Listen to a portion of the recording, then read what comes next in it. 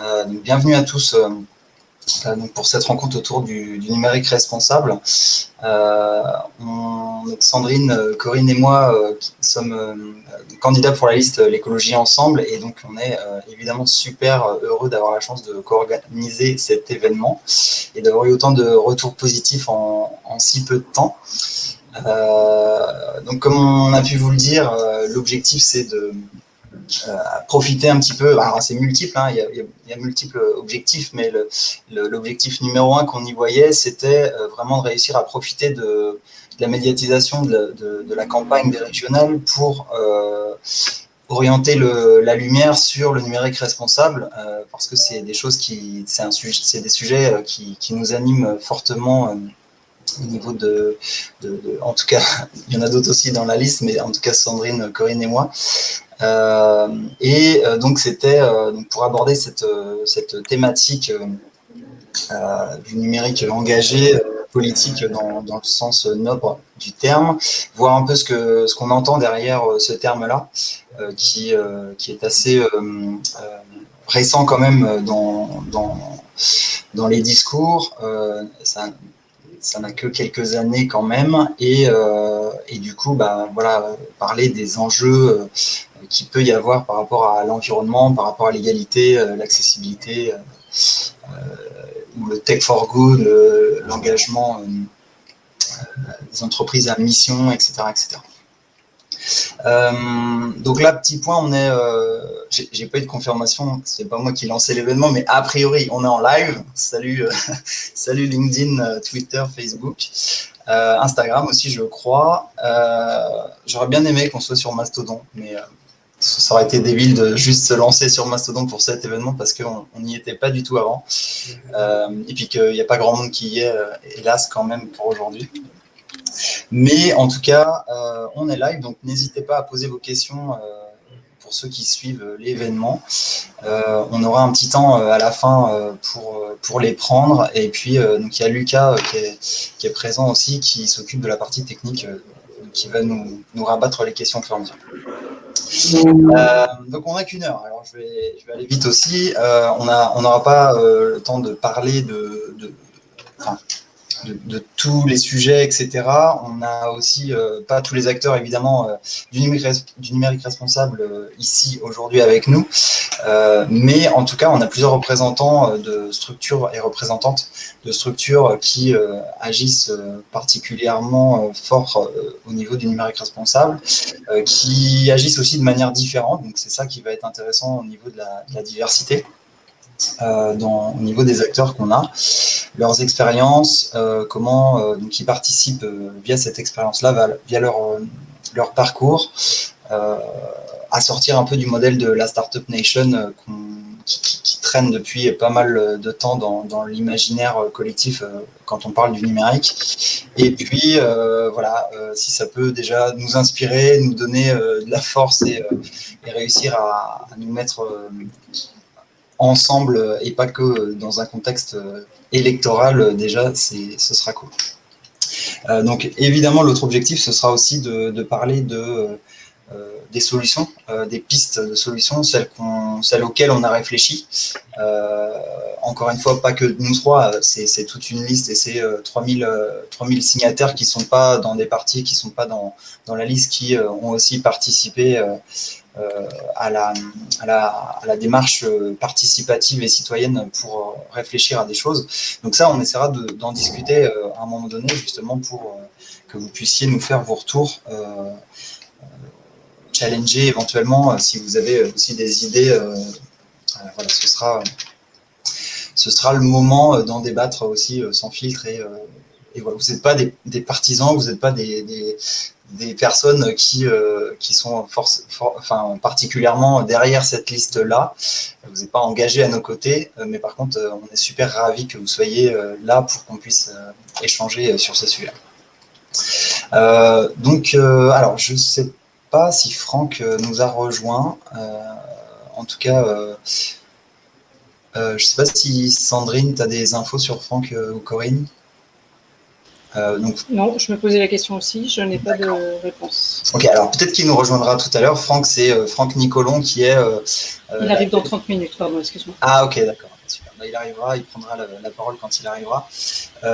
Franck, c'est Franck Nicolon qui est notre tête de liste au niveau du 44. C'est pas le plus gros des geeks, très clairement. Par contre, il sera là justement, il en parlera mieux que moi, mais il sera là pour parler de son expérience justement au conseil régional parce que il a fait pas mal de choses, notamment autour du numérique quand même. Donc, je te donne la parole, Sandrine, pour te présenter. Ok. Bonjour et bienvenue. Comme l'a dit Lénie, on est content de vous accueillir et d'avoir cet échange aujourd'hui avec vous. Moi, je suis Sandrine Bataille, je suis sur la liste donc l'écologie ensemble sous l'étiquette France Insoumise. Mais en plus de ça, je suis aussi, comme l'a dit Lénie tout à l'heure, salariée de Cedreo. Cedreo, qui est une société du numérique dont le patron, Michael Kéronnes, est connu d'un certain nombre d'entre vous là. Et c'est, même si on fait du numérique, on a une vraie sensibilité et on mène vraiment des actions très très concrètes et avec sincérité sur la notion de RSE. J'étais ce midi en déjeuner avec des membres Bicorp pour mettre en place une communauté Ouest Bicorp. Voilà, donc le numérique responsable, c'est pas que du code, c'est beaucoup plus large que ça. Nous, on a des idées, mais c'est vraiment important que vous, en tant qu'acteur du numérique, et déjà bien concerné, bien impliqué dans le numérique responsable, vous nous fassiez aussi des retours, voire des challenges sur des choses sur lesquelles on n'a pas encore commencé à réfléchir.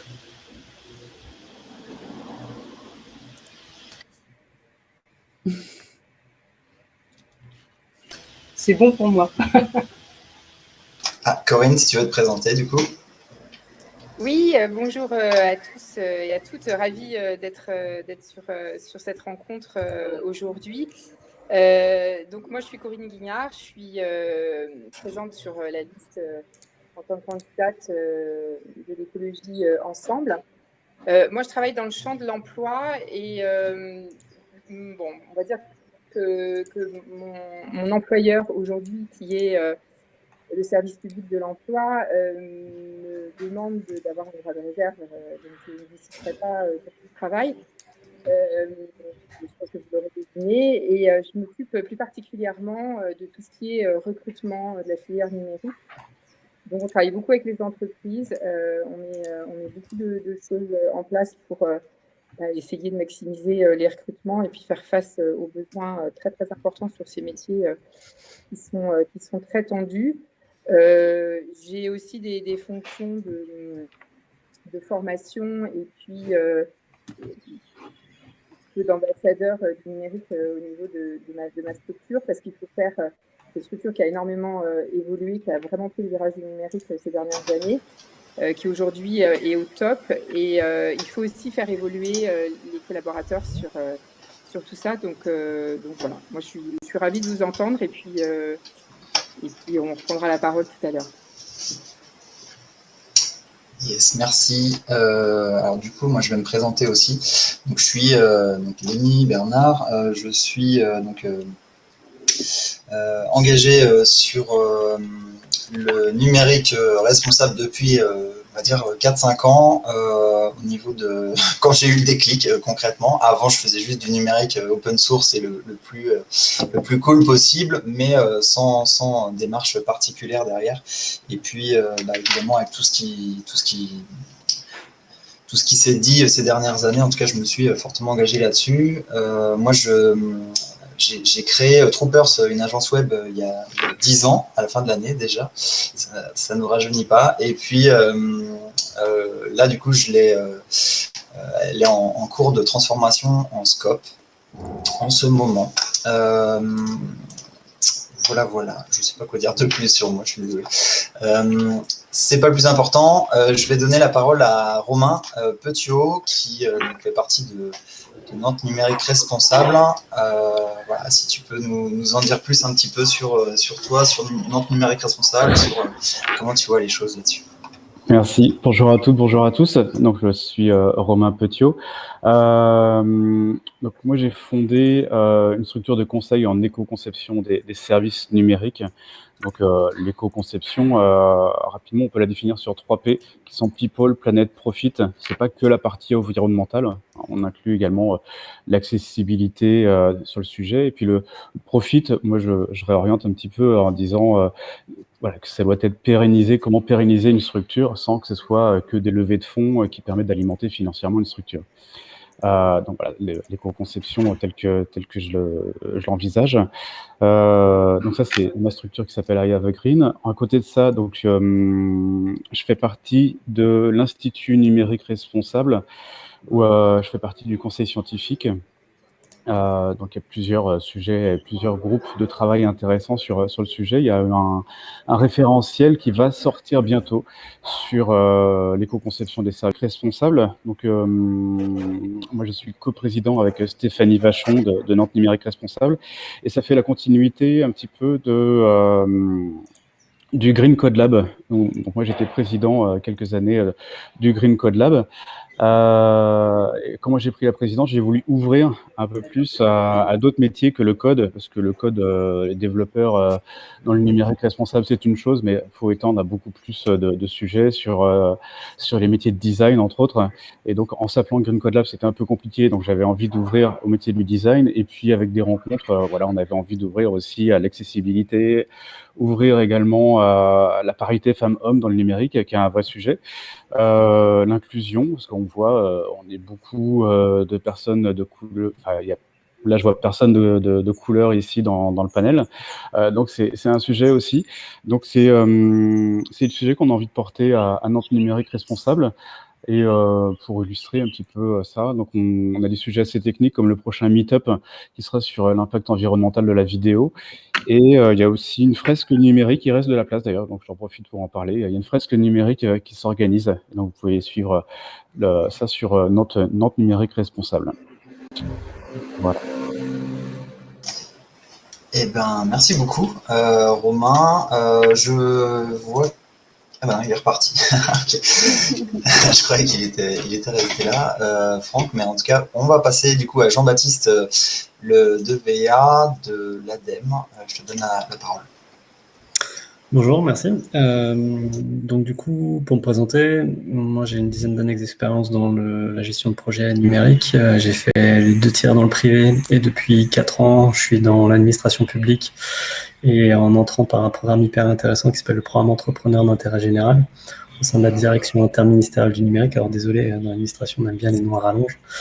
Je suis passé donc ensuite l'année dernière sur une start-up d'État. Alors ça fait quoi au petit commentaire sur la Startup Nation qui est en fait à l'opposé de la logique capitalistique, mais dans la volonté intrapreneuriale de l'administration d'innover.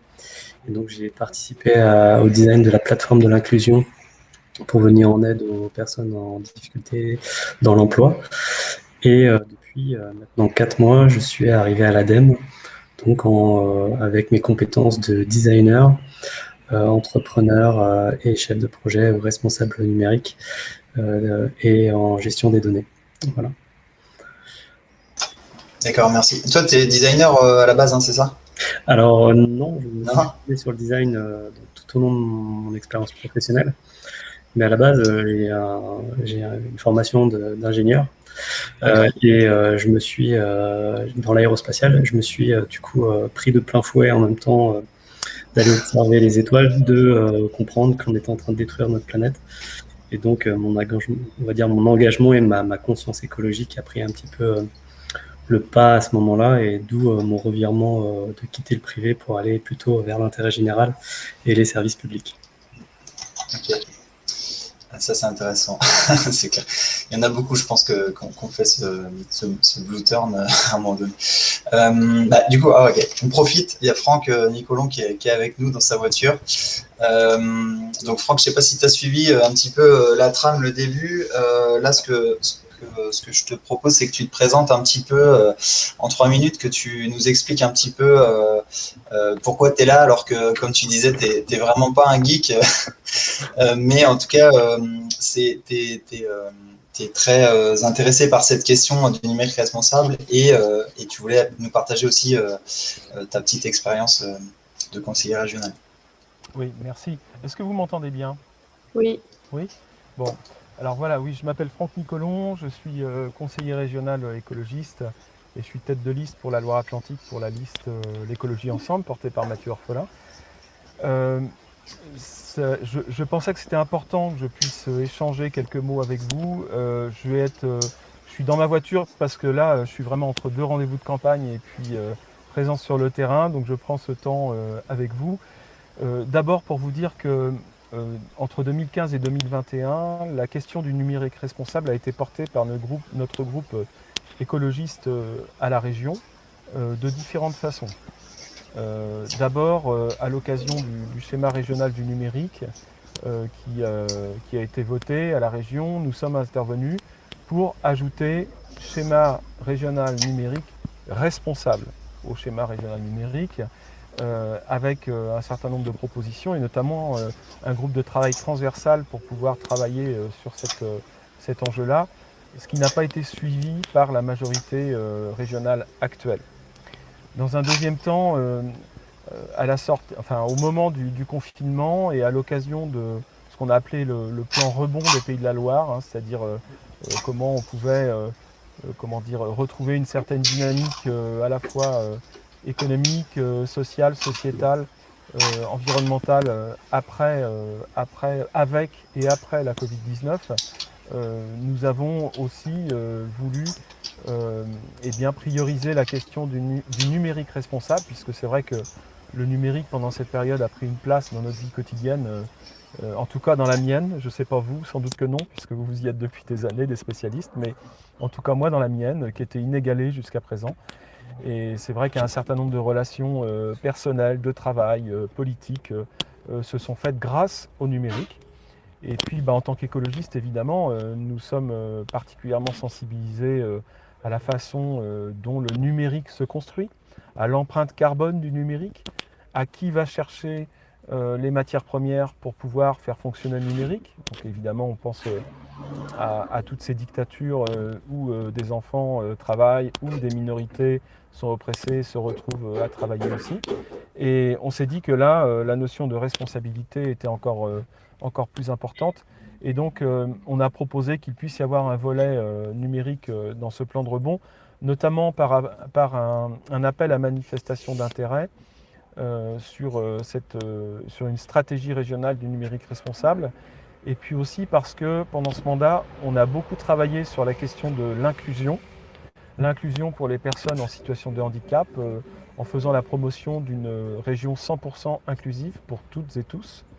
Et nous avions à l'occasion présenté un projet pour l'inclusion pour tous et qui a été retenu par la majorité régionale de droite, malgré tout. Donc c'était notre contribution, on va dire, et à travers un appel à projet qui s'appelait appel à projet résolution et qui concernait l'innovation et l'inclusion.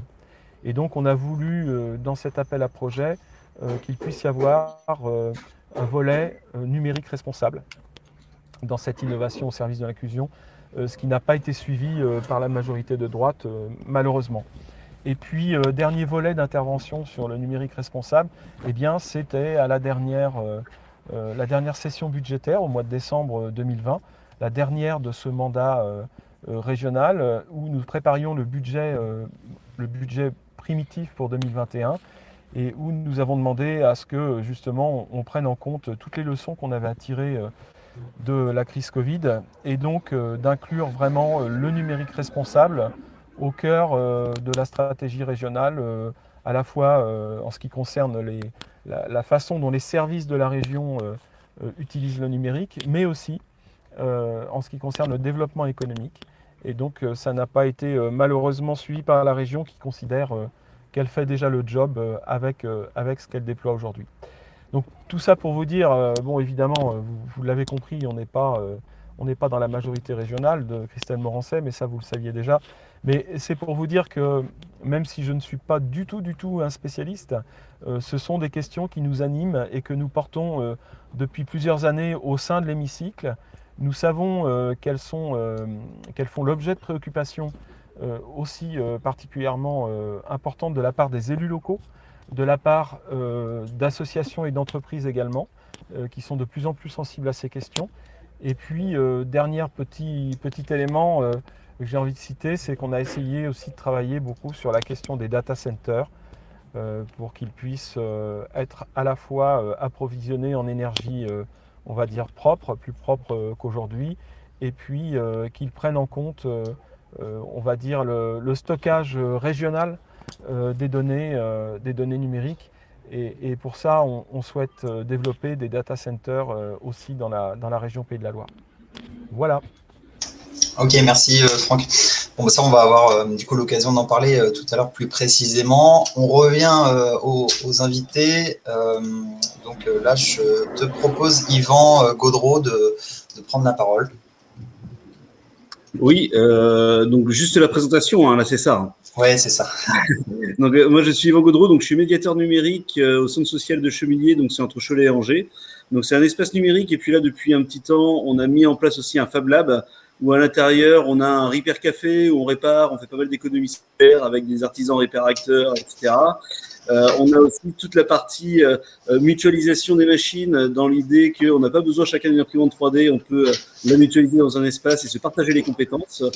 Et on travaille aussi pas mal l'esprit critique sur le côté numérique, en quoi on en a besoin, quand est-ce que l'on en a besoin. Et dans ce cadre-là, on met en place, là cet été, des temps avec des associations des territoires autour des low-tech, avec une conférence la semaine prochaine, sur questionner un petit peu quelle place on veut dans nos vies pour cette partie du numérique.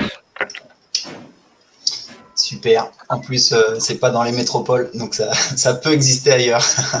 Chemillé, c'est quoi? C'est 8000 habitants, un truc comme ça, 10 000? Ouais, 8000 habitants. Maintenant, c'est Chemillé en Anjou, c'est les communes nouvelles, c'est 22 000 habitants. Ouais. Grosse Big City Life. Ok, merci Yvan. Donc là, François Kemener de Good Step. C'est tout noir. Bonjour à tous, vous m'entendez bien? Oui, c'est bon. Ok, super.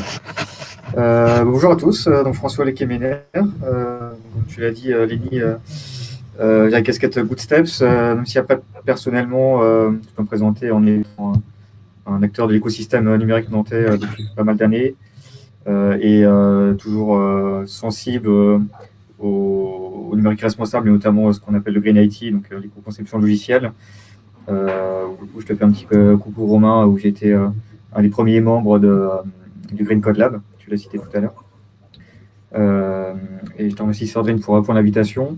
Donc en quelques mots, pour présenter Good Steps, en fait, donc moi je suis directeur technique et cofondateur d'une start-up qui s'est créée il y a quelques mois, donc on est vraiment tout jeune, et qui s'est donné pour mission d'aider les entreprises, vraiment B2B orienté pour les entreprises, à les aider à mettre en place à passer à l'action en fait sur l'impact positif qu'elles peuvent avoir à la fois sur le plan social et environnemental. Donc ça touche des sujets beaucoup plus larges que le numérique responsable, mais le numérique responsable fait partie des sujets importants et largement plébiscités, en tout cas par toutes les entreprises avec qui on a pu parler.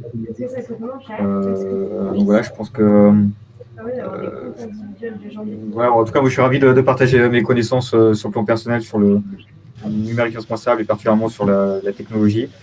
Et après, en tant qu'acteur et entrepreneur dans l'écosystème nantais Green.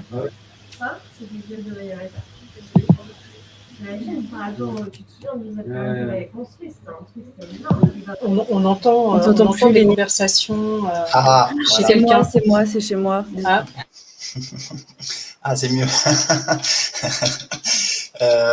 Ok, et ben merci beaucoup. Du coup, hop, l'intervenante qui devait passer après. Je suis super bon dans le timing, j'avais marqué 15h25, paf, il est 15h25, trop bien. Est-ce que tu as des nouvelles, Corinne, de Monsieur Made in Différence? Oui, je viens de l'appeler là, Jean-Yves de Différence. Il est en train de se connecter là. D'accord, ok. Et donc on le fera passer à la fin. Voilà, on va peut-être décaler du coup. Ouais. Du coup, je vous donne la parole, Sandrine et Corinne. Qui y va? Allez. Bon, Allez. je veux bien démarrer si tu veux, Sandrine. Alors, déjà, au niveau de la réflexion qu'on a pu avoir en construisant le projet de l'écologie ensemble, on a travaillé de manière très collaborative pour pouvoir justement construire ce projet-là. Et on a émis quelques idées, quelques pistes de travail sur le numérique responsable. L'objectif, en fait, c'est pas de vous livrer aujourd'hui une liste ou un bottin de mesures en vous disant, voilà, on va faire ça, et puis vous allez le valider, et puis c'est très bien. Et voilà, nous, on a essayé vraiment de se dire, on construit quelques propositions, mais l'objectif, c'est que on utilise du coup vos compétences, parce que les pros, ce sont vous. C'est vous qui allez nous remonter justement quels sont les besoins, comment vous voyez l'action de la région pour vous aider justement à développer, et puis pour nous aider à développer ces outils de numérique pour aller vers un numérique le plus responsable possible. Donc, on a travaillé dans ce sens-là, et ce qu'on a envie aujourd'hui de vous faire partager, c'est que c'est une amorce. On espère que dimanche prochain, on aura les clés de la région, et puis que ce travail qu'on a démarré là aujourd'hui tous ensemble sur cette rencontre d'acteurs, on va pouvoir le continuer, et puis surtout, vous allez pouvoir être nos partenaires pour continuer à développer ce travail-là. Alors, au niveau des quelques propositions qu'on a mis en avant, bien évidemment, elles sont soumises à votre critique, à votre appréciation. Et puis, plus vous aurez des choses à nous remonter, plus ce sera intéressant pour nous de pouvoir collaborer ensemble sur ce sujet-là. Alors, je reprends juste mes petites notes. Voilà. Ce qu'on constate aussi, et Franck l'a dit tout à l'heure, c'est que sur l'état des lieux de la politique actuelle qui a été menée par la majorité sortante, on constate que ce sujet n'a pas du tout été pris en compte. Le groupe écologiste a essayé plusieurs fois de remettre le sujet sur la table. Malheureusement, ça n'a pas pu aboutir à quelque chose. Et on constate qu'il n'y a pas à ce jour de stratégie globale qui a été mise en place par la région. Il n'y a pas de vision. Nous, en fait, les élus, on est une courroie de transmission. L'objectif, c'est qu'on travaille avec les ressources que vous représentez aujourd'hui, qu'on puisse ensemble construire cette vision politique pour développer ce numérique responsable sur la région, faire de la région vraiment un exemple en la matière, et puis qu'on puisse avancer ensemble. Donc ça n'a vraiment pas été fait sur la mandature précédente, et on espère vraiment qu'on pourra le construire avec vous. Sur les data centres locaux écologiques, Franck en a parlé un petit peu tout à l'heure. L'objectif, c'est de soutenir la mutualisation sur le territoire de ces centres de données, ces data centers, et puis on l'a dit aussi, de faire des modèles au niveau des utilisations des. Corinne, on t'entend pas très bien. Ah, d'accord.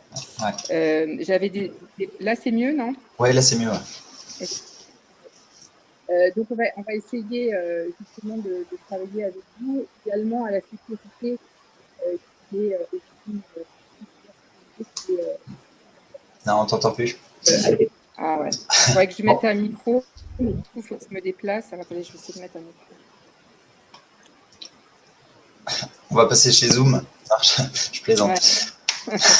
Non, mais je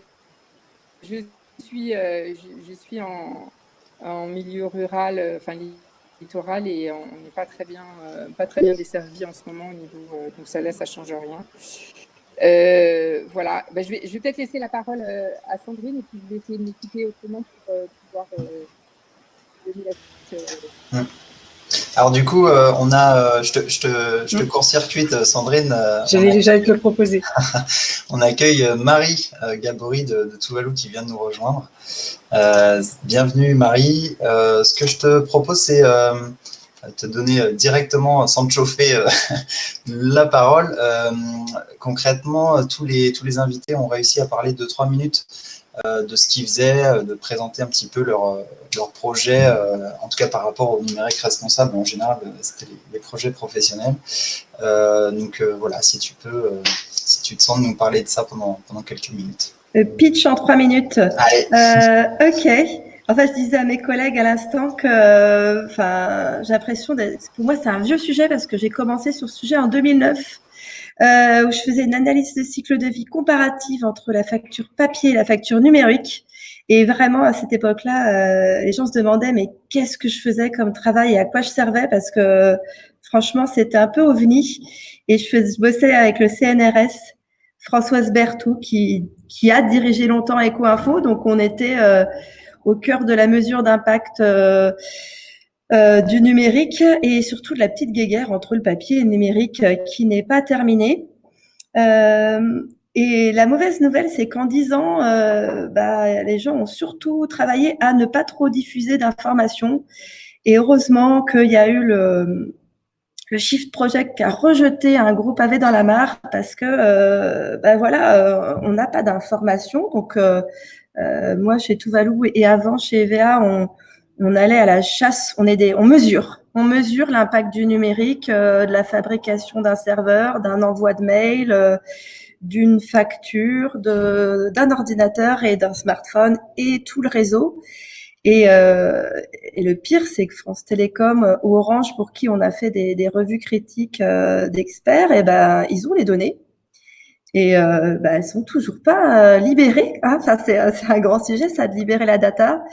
Et maintenant, on sait pourquoi, parce que effectivement, on se rend compte de l'impact assez monstrueux de tout ça. Alors, ça bouge, et puis, mais néanmoins, on a refait un bilan carbone avec OVH récemment. S'il y a quand même aussi un autre sujet, c'est de raconter que le cloud, ça a un impact carbone significatif. Et on est encore en train de faire des hypothèses trop à la louche. Et puis, ils ont toujours pas publié leurs données. Donc, voilà, en quelques phrases, c'est plutôt une histoire de la mesure de l'impact du numérique. Et voilà, on va continuer et on recommence et ça reprend. Donc, c'est un nouveau souffle. Merci, Marie. Peut-être Sandrine, tu veux reprendre? Il y avait... Ouais, vas-y. Corinne est revenue, donc je ne sais pas si elle veut continuer dans sa lancée de tout à l'heure. Je vois qu'elle est équipée d'un casque.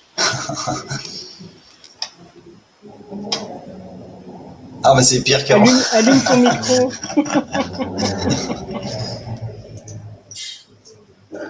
Ah, ça fait un bruit un peu bizarre. On se croirait dans un aquarium.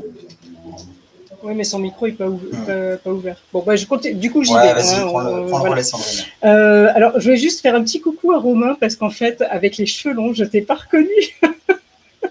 Je me suis rendu compte il y a 2 minutes qu'on se connaissait. Je me disais, mais il me dit quelque chose. Mais voilà, maintenant, ça y est, je te remets. Alors, donc, parmi les mesures sur lesquelles on a commencé à travailler et sur lesquelles on voudrait avoir un peu un effet miroir de votre part, il y en a 3 que je vais vous citer. La première qui est assez globale, qui ne touche pas que le numérique, mais la notion de responsabilité des entreprises. C'est la conditionnalité des aides aux entreprises, parce qu'aujourd'hui, on donne des aides aux entreprises, mais il n'y a jamais, quand on regarde la centaine d'aides qui existent au niveau de la région, il n'y a jamais, ou très rarement, en tout cas, je n'en ai pas vu personnellement, de conditions liées à l'écologie, à l'emploi, au côté sociétal, etc., etc.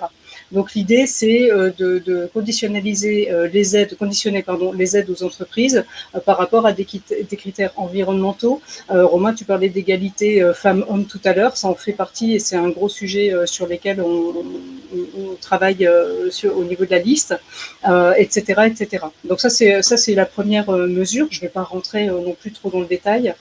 L'autre mesure, c'est de lancer un appel à projet pour des solutions numériques responsables.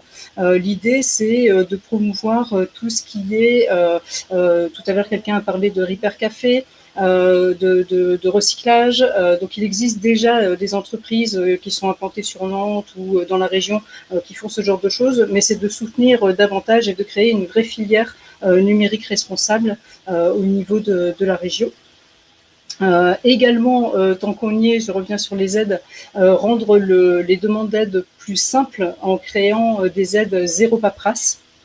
C'est le nom hein, qu'on leur a donné parce qu'on sait que c'est toujours un peu galère de monter des dossiers. Et puis l'autre, c'est alors vous connaissez le sujet Amazon. Nous, on a une position assez claire par rapport à ce géant et aux impacts plutôt négatifs qu'il peut avoir. L'idée pour nous, ce serait de vraiment faire le maximum pour développer le commerce local et du coup aider les commerces locaux à se développer en ligne et à avoir des offres en ligne qui soient à la fois responsables mais aussi efficaces et qui puissent concurrencer des géants du web comme Amazon ou du commerce en ligne.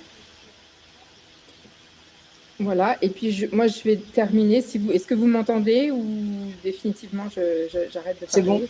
C'est bon. C'est bon. C'est bon.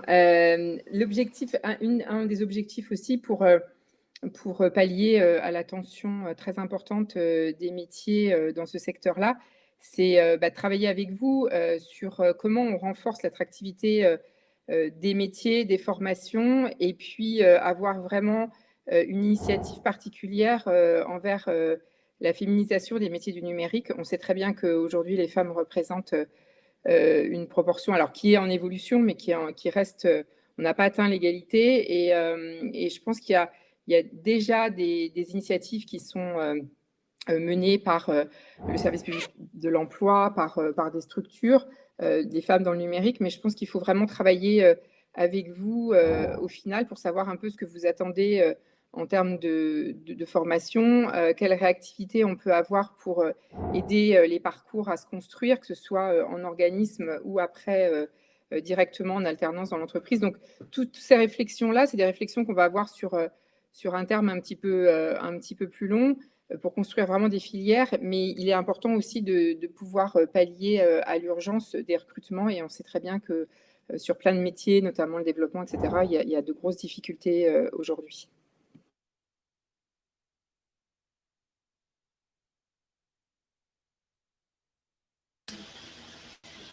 Par rapport à la question de Marie, je ne sais pas si Franck, est-ce que tu veux répondre ou est-ce que tu n'as pas le temps?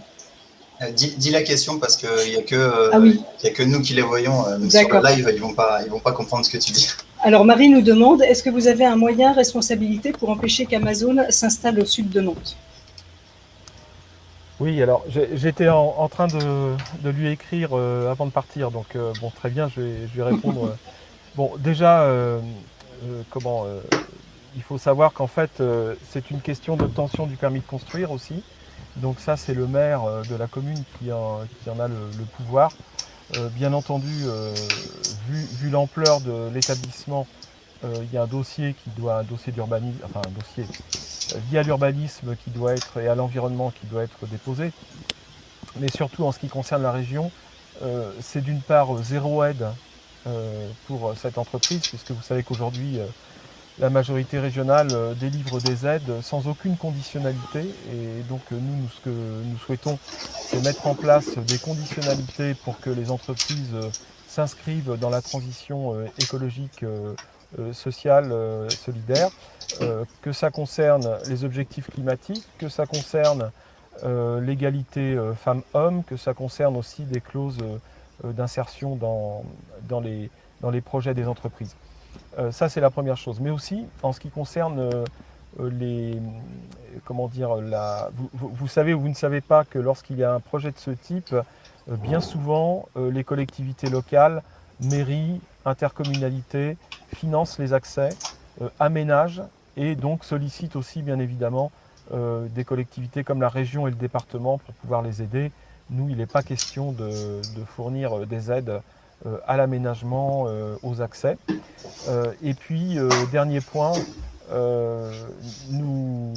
à côté de ça, nous favoriserons par contre les aides aux commerces locaux, bien entendu, et aux entreprises locales, et également aux plateformes locales et régionales, plateformes numériques. Bon, certaines ont vu le jour parfois par des actions de solidarité lors du confinement. On sait qu'il y en a 2 ou 3 qui existent dans les Pays de la Loire, et c'est quelque chose que l'on souhaite renforcer pour accompagner aussi les commerçants locaux dans la transition numérique.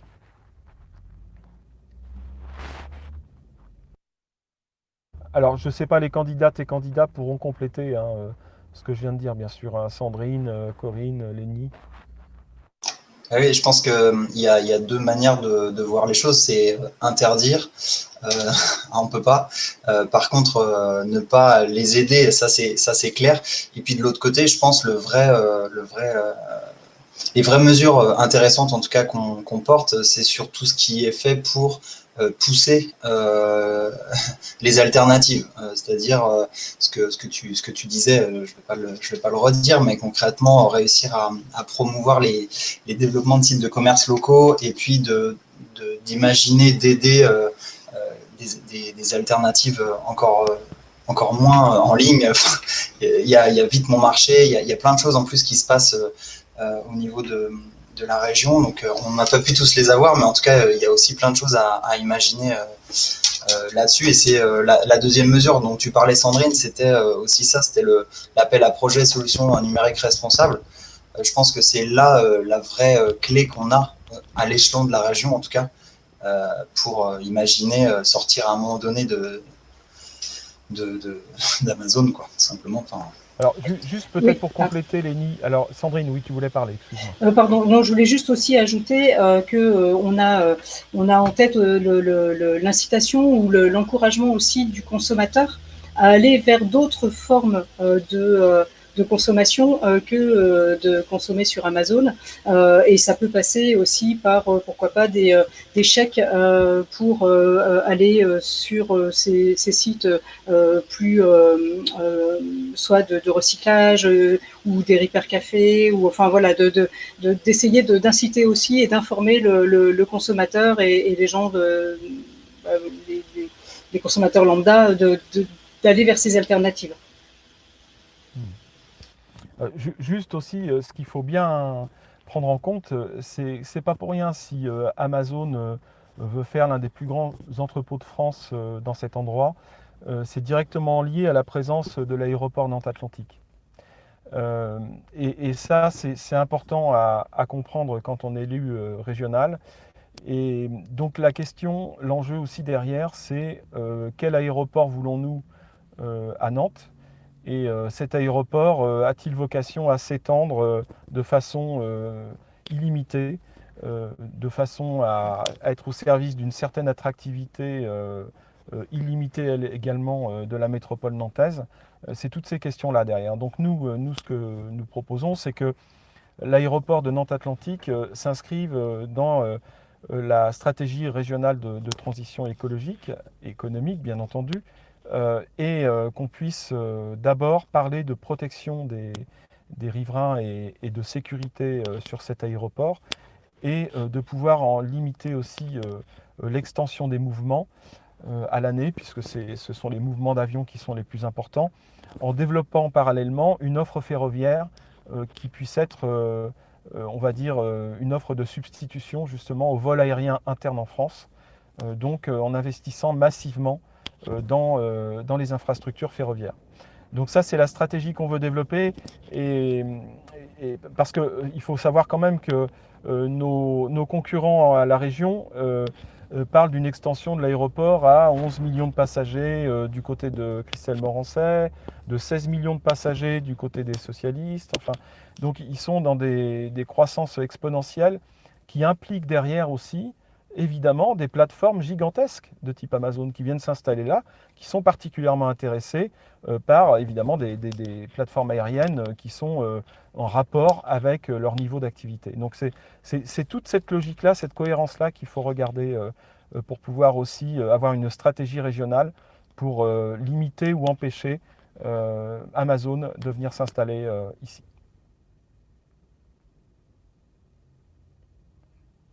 Merci. Je vais devoir vous quitter. Je retourne sur le terrain. Voilà, à la rencontre des Nantais. À très bientôt. Merci beaucoup. À très vite pour la mobilisation. Je vais juste, Lénie, si tu veux bien, je pense que Jean-Yves a quelques problèmes techniques là, pour se connecter. Moi, j'aurais aimé qu'il vous présente son projet, sa start-up. Comme je le connais bien, je pense qu'il ne voudra pas qu'il dise 2-3 mots parce que c'est vraiment un très beau projet. En fait, il a créé une start-up qui s'appelle Made in Difference.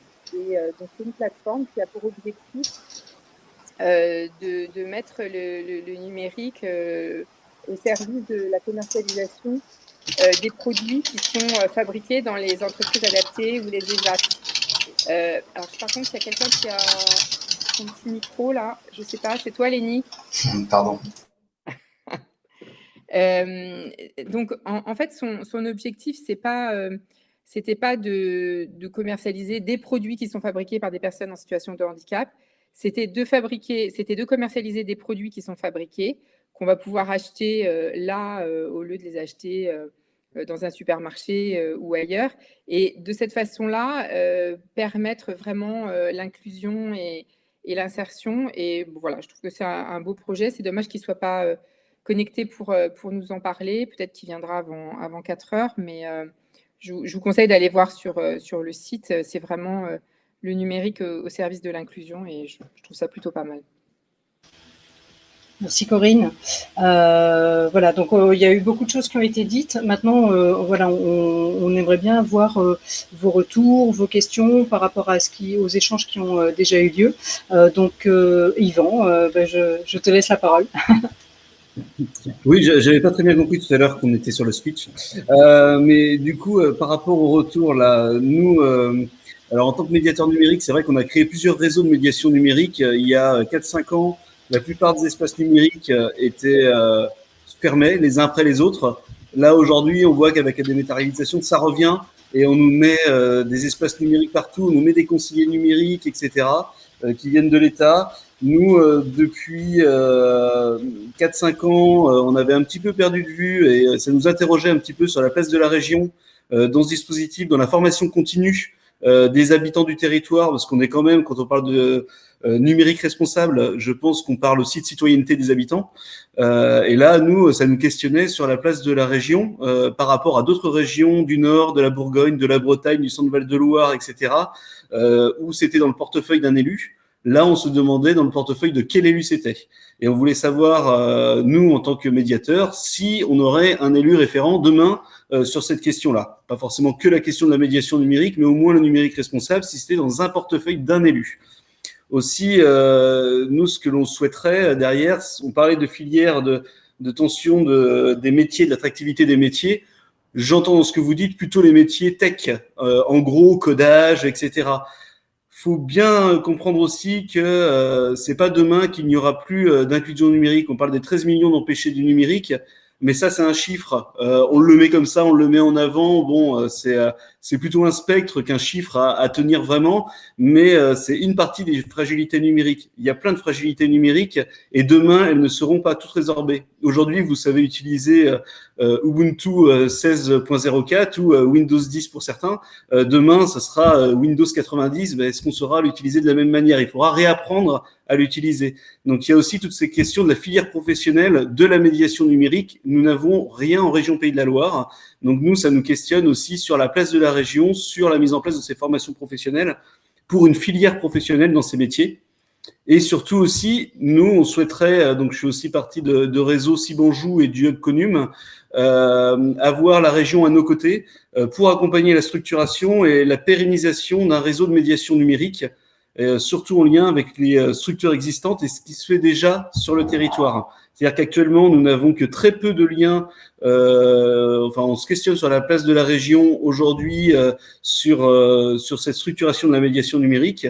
Et demain, voilà, on aimerait bien avoir plus d'échanges, plus de rapports avec la région pour pouvoir avancer sur ces questions-là, parce qu'on ne peut pas en fait parler de numérique responsable si on n'a pas des citoyens qui savent utiliser un numérique responsable. Ouais, on ne sait jamais qui prend la parole après. Mais en tout cas, pour te répondre, Yvan, du coup, la volonté de s'atteler à la question de la médiation est très importante là pendant ça. Ça rejoint, enfin ça se retrouve dans beaucoup de nos fiches justement.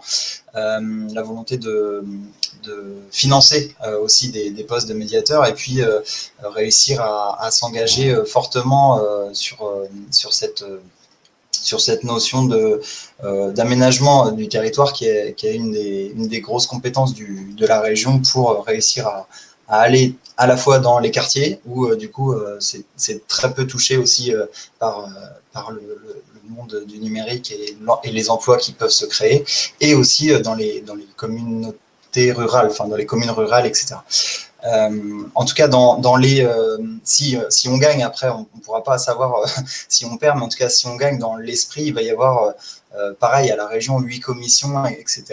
Et du coup là il y aura des personnes qui seront dédiées dans ces commissions et qui décideront de comment on fait les choses. Donc je ne peux pas imaginer que demain on oubliera le côté participatif et on ne réussira pas à engager les gens dans cette démarche-là, les gens, les citoyens, et voilà, aller au-delà de juste se baser sur des chiffres. C'est réussir à co-construire ça ensemble en s'appuyant à la fois sur les réseaux que vous êtes en partie, mais aussi sur les gens. Bon, voilà, je me tais, mais concrètement, ça fait partie largement des choses auxquelles on pense. Est-ce qu'il y a une autre question sur ce thème-là ou sur un autre aspect, soit qu'on a évoqué, soit qu'on aurait, nous, oublié, parce qu'on a peut-être oublié des sujets ou des choses que vous attendez de la région et qu'on aurait zappé?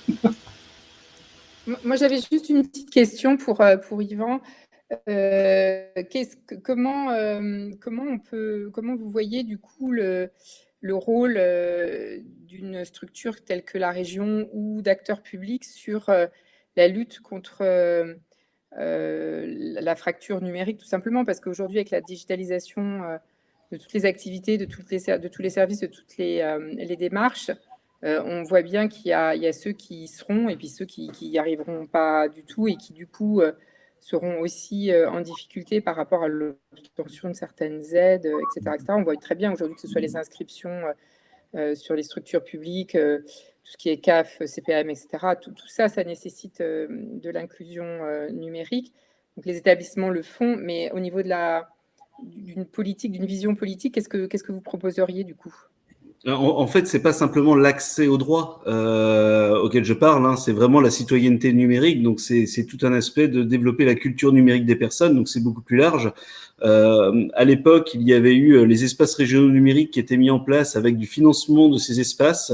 À l'époque aussi, les emplois jeunes. Enfin, voilà, il y a eu tout un tas d'aides, mais jamais structurelles sur ces questions-là. Nous, maintenant, ce qu'on souhaiterait, c'est, on avait un réseau, là, on recrée un réseau avec les cendres de l'ancien réseau qui était constitué. Nous, ce que l'on souhaiterait, c'est avoir la région à nos côtés pour réfléchir sur comment on met en place une filière qui soit structurée et pérenne sur l'ensemble du territoire.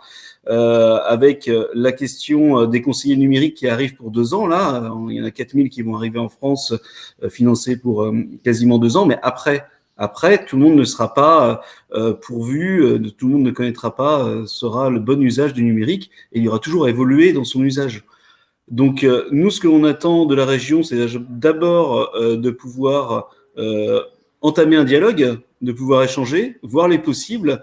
Il y a quand même des compétences autour de la formation continue, de la formation des professionnels, qui sont des compétences de la région.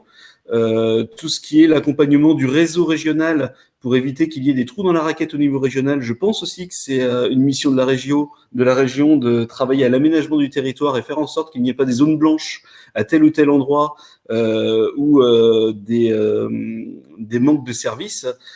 Donc là, nous, c'est travailler avec la région sur la constitution et la mise en place de ce réseau qui préexiste déjà, mais on aurait envie de travailler avec la région pour le développer et pour mettre avec ce réseau des outils en place, que ce soit l'accompagnement à la réponse aux appels à projets, mais les appels à projets, ça fait pas tout, parce que ça fait pas la pérennité, mais aussi faire prendre conscience aux décideurs, élus et DGA, DGS, de l'impact et de l'importance de la culture numérique et du numérique sur le territoire et pour les habitants en tant que citoyens. Donc c'est vraiment plutôt de la formation, plutôt dans le côté formation continue et citoyenneté et accompagnement au réseau, en fait. Je sais pas si j'ai été clair, mais...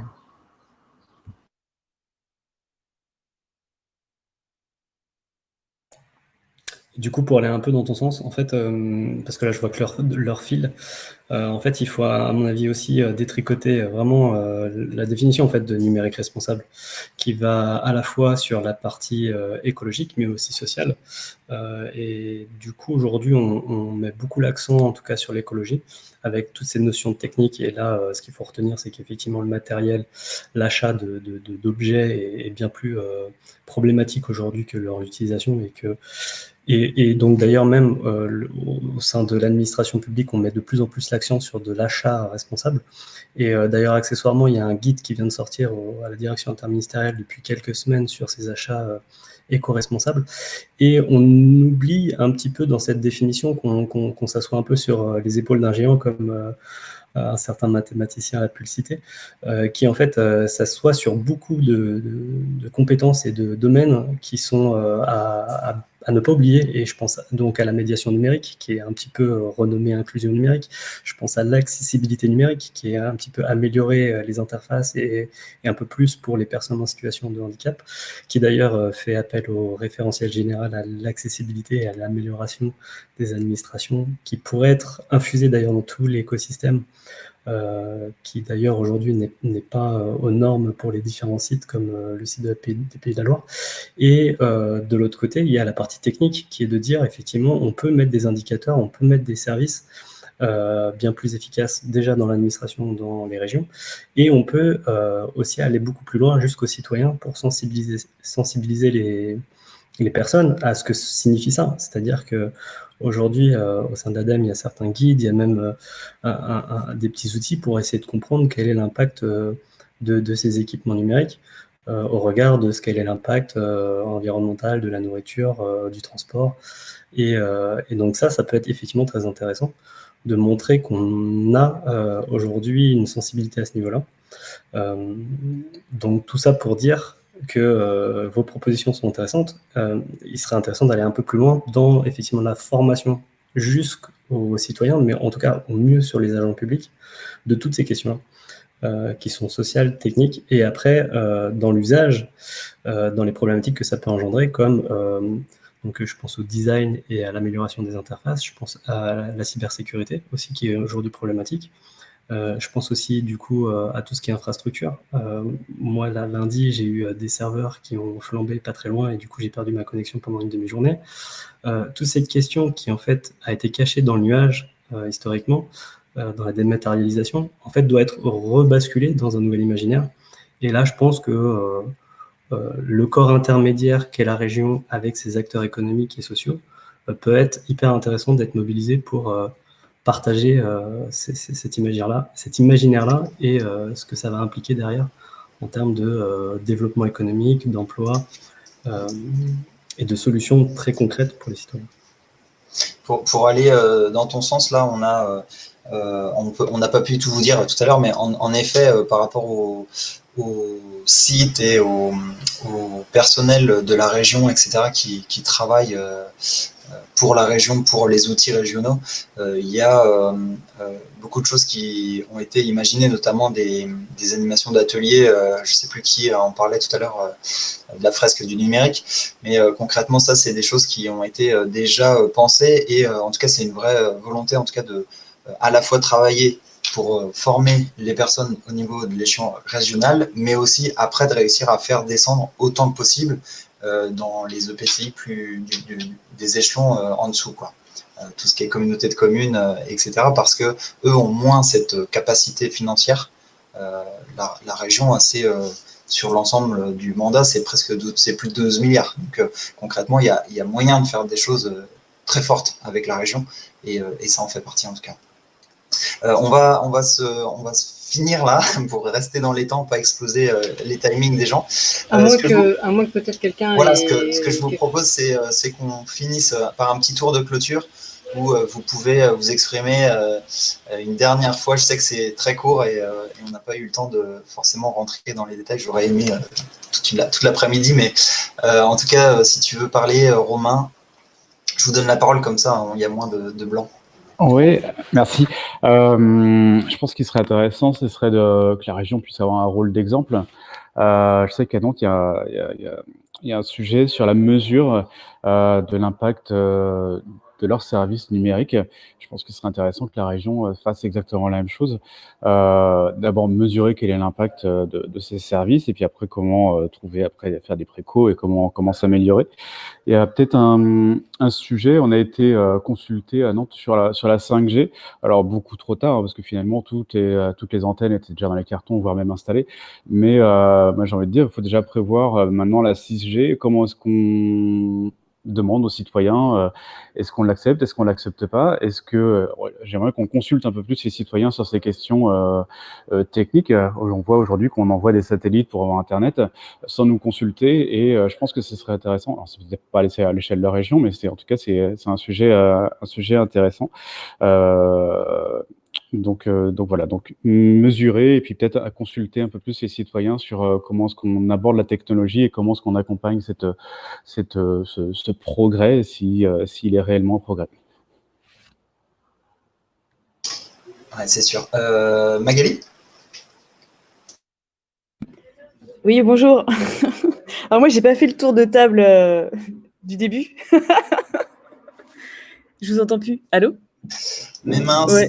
Si, mais c'est pas grave, t'inquiète. Et du coup, après, j'osais plus. Attends, je suis pas passée, mais c'est pas grave. Donc juste très vite fait, moi je travaille pour la cantine numérique, qui est une association à Nantes qui a 10 ans maintenant, et qui fédère et anime les communautés des professionnels du numérique à Nantes et sa région. Donc on anime un espace de coworking dans lequel je suis, c'est pour ça qu'il y a plein de bruit, et on fait beaucoup des relations et d'événements à destination des entrepreneurs, de leurs collaborateurs et collaboratrices, et de toute personne qui est passionnée par le numérique. Voilà, du coup, merci en tout cas pour l'invitation. Après, alors moi j'ai pas d'idée en particulier, enfin si ce n'est, mais ça encore je sais pas si c'est le rôle de la région, le rôle d'éducation en fait vis-à-vis des plus jeunes en fait sur le numérique responsable, sur l'utilisation de ces outils, mais sur la responsabilité aussi qu'ils ont et qu'ils auront s'ils travaillent là-dedans, à développer des applis, des sites ou autres qui sont responsables, et s'ils deviennent entrepreneurs, entrepreneuses, le sens qu'ils mettent là-dedans, et encore une fois la responsabilité qu'on a tous et toutes en fait à faire, même ça paraît un peu cucu, un monde un peu moins inégalitaire en fait en tout cas, et aussi vraiment la question déjà aussi de base des inégalités hommes-femmes, mais aussi du manque de diversité en fait. Comment est-ce qu'on peut aller chercher, repêcher toutes ces personnes qui sont mais pas du tout sur les mêmes problématiques que nous, qui pensent même pas en fait à l'environnement d'ailleurs, parce qu'elles n'en ont pas forcément le luxe, et comment on fait en fait pour les rattraper et leur donner la possibilité d'utiliser le numérique pour ce qu'il est, c'est-à-dire un outil qui peut vraiment être intéressant et puissant en fait aussi pour Bien sûr. créer des choses pas si moches, quoi.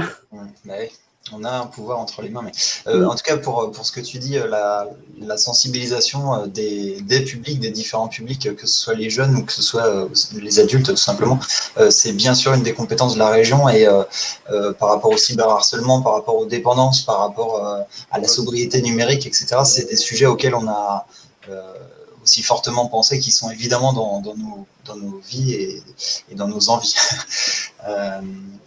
Donc, ouais, bien sûr. Et puis la diversité, on n'est pas que des mâles, là. Déjà c'est bien, mais en tout cas on est blanc et on a à peu près la même catégorie socio-professionnelle, etc. Ça faut que ça change, et je pense que la région a un rôle à jouer là-dedans. Ouais. T'as raison. Du coup, je passe la parole à Marie. Faut être réactif et rallumer son écran. Eh bien, moi, je sais jamais. Enfin, je suis pas dans ma logique de demander à la région et aux politiques des choses. Donc voilà, c'est super. Emparez-vous de ce sujet. J'ai bien aimé l'idée de l'exemplarité, parce qu'en le faisant, on comprend mieux. Et oui, on sera. Il y a un mouvement à diffuser, et c'est vrai, dans les collèges ou lycées pro, quand on voit des jeunes, ils sont à fond. Donc rendre le numérique accessible, ça permettra de régler plein de sujets en même temps. Voilà, donc nous, de toute façon, acteurs de la Tech for Good, du Green IT, de l'IT for Green, et prêts à mesurer tout ce que vous voulez. Voilà, j'ai dit tous les mots-clés. Salut. Merci beaucoup, Marie. Du coup, Jean-Baptiste.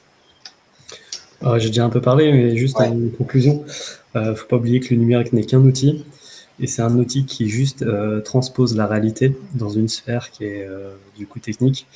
Et donc, faut juste pas oublier que ça reste juste une transposition de la réalité et non l'inverse. Et je reprendrai juste la phrase de Code is law, quoi.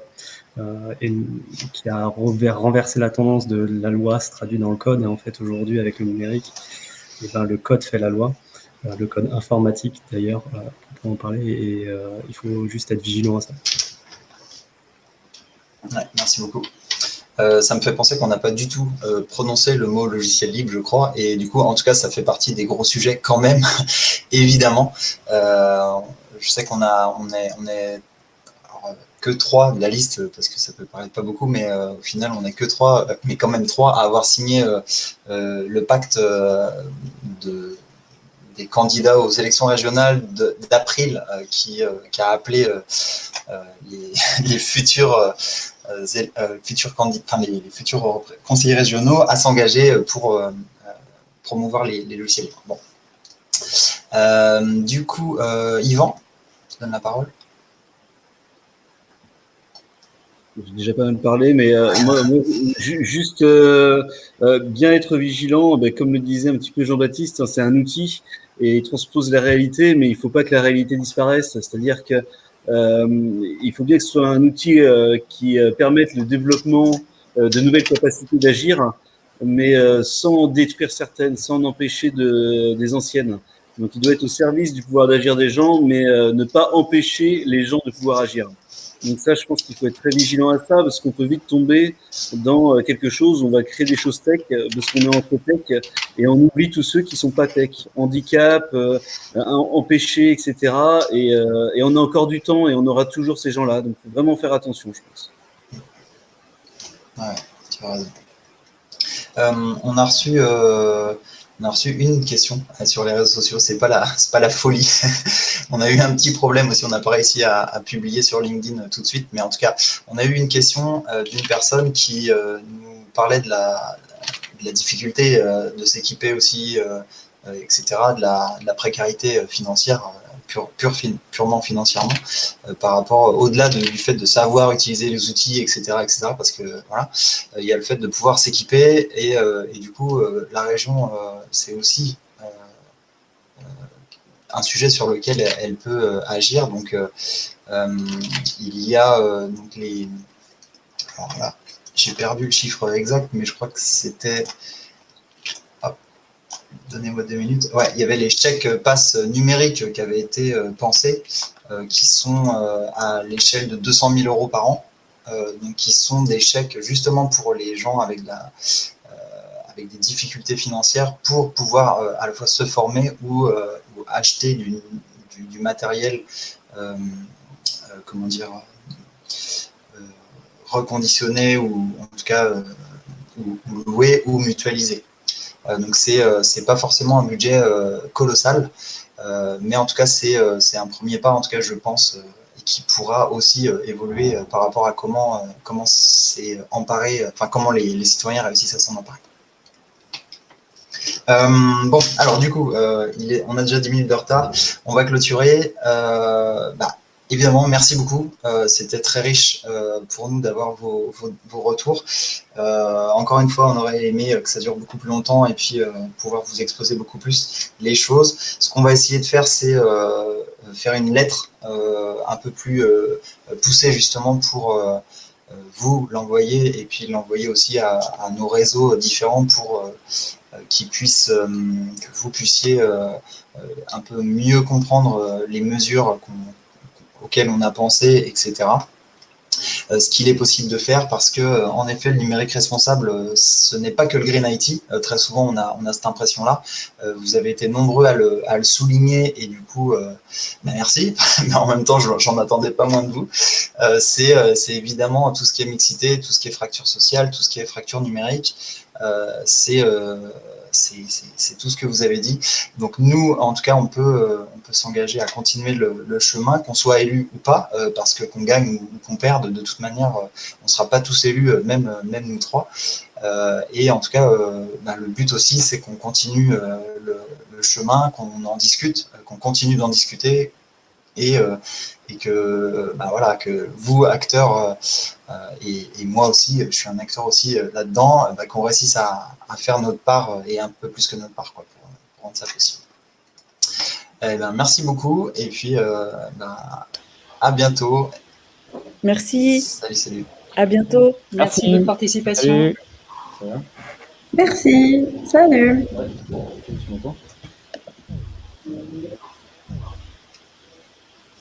Paf.